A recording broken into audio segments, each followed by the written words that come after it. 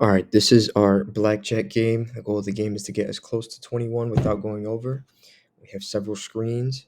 Here we have the splash screen with the Bitmojis and a start button. Just go through the whole game. Start.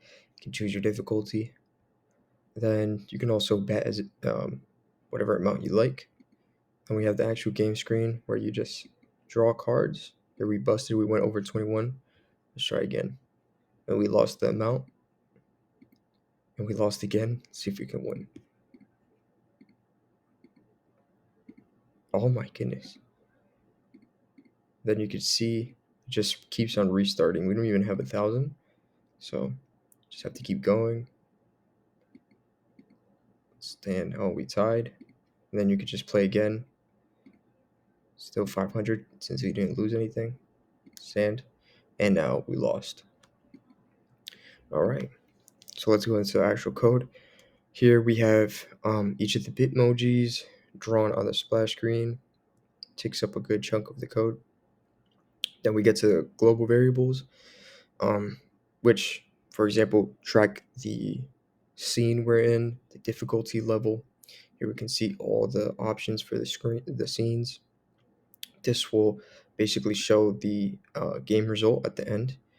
Right when we saw bankrupt, this just tracks everything and also the games that we played, so we can change the betting option and other values. And this just it's a global variable to change some colors. Here's the betting global variables. Obviously, we start with 3,500 and the number of our current bets each time we play. All right, so here we have our first object, which is the card, which stores each of the cards and their values. Next, we just have an array that will be used later to track colors for each of the cards, red and black. And where's that green and black? I'm not sure. Oh yeah, red and black. Um, Now we have the con button classes, which will be used for every single button. Um, we have the next object, which is a card. It takes X and Y, whether it's face up or face down. We'll choose a random color from that color list we saw before. This declares the width and height. Okay. This right here is just a local variable called random card, which just picks a number from 0 to 14 for each of the card values. Next, we have the draw function for each cards. This just draws the card. We have the next object, which is the player, which tracks the current cards and the deck and the value of all the cards and whether we bust it or not, the player busted or not. We have another method which just draws a card. Um, this just checks if it's, as you can see here, if it's face down, makes a new card and pushes it into the array of the cards that we showed before. Here's our first for loop, which just goes through the deck of cards to see if there's an ace. Okay, and that will be used for later in the code for another method.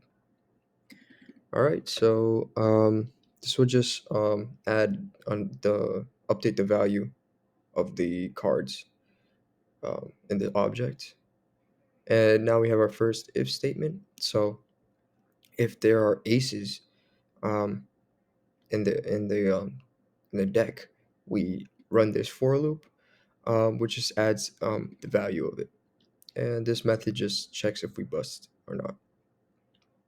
Here we have the next method that if we have an ace, we're gonna decide whether or not to add 11 to the value or 1. Okay. We have another method which just displays the card. Pretty simple. And a reset method. So it just resets everything. Array goes back to nothing. Value 0, bust false. Basically what we saw in the beginning. Okay, so here we have some buttons. We're just declaring these new instances of these objects. Um, Here we have our first algorithm, which just checks the game result. So if the result is 1, which basically is the global variable we saw all the way at the beginning, we're just going to show this text in this color and update the bet. If not, then we're just going to take the whatever we bet and subtract it from the balance that we had and show bankrupt what we saw when I was playing the game. These are three different scenarios. So if result is 2, that means we tied.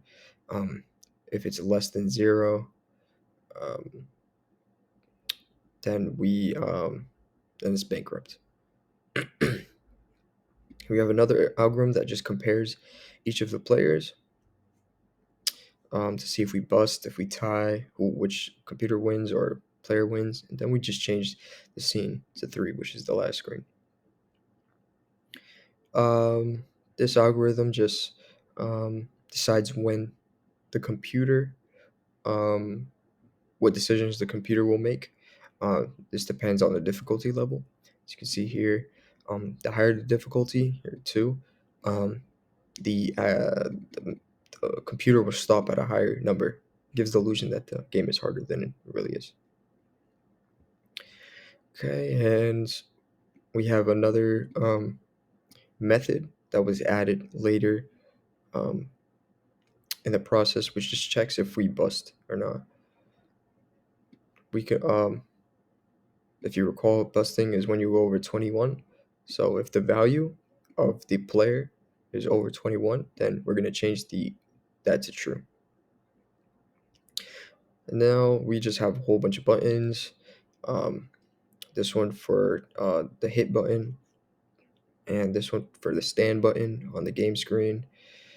Um, this just draws new cards to start. This is to start the game screen, initialize the game. That's going to be called later. This just resets the game, changes the current scene to the beginning, and everything is reset calling these methods. Okay. We have the start game button. This is right here. Betting is the next screen. So this was a feature added later in the development. Um, we just reset the whole game, reset the values. Here are the buttons for that screen. Here's the difficulty buttons right here. The difficulty screen. On the click, we just choose whatever difficulty we like, medium. This changes, updates the difficulty to 1 and 2. And now we're almost reaching the end. Here we have the different screens. This brick background was used for this. It's just a for loop, which just basically draws the bricks. Yeah, this is a splash screen, which takes the brick background, the Bitmojis, and the button. Next is the bet screen, which is right here, which is the 3 buttons, the big brick background, and then the uh, the text up here. And the difficulty screen is this one, 3 buttons, different colors. Um, Pretty straightforward. The end screen, game screen, um, just draws this right here. All right, and lastly, we just have the mouse click function. At the bottom, we have draw function. So the mouse click just checks all of the buttons based on the scene values. And the draw function will update the scenes um, once this global variable changes. And that's the whole project.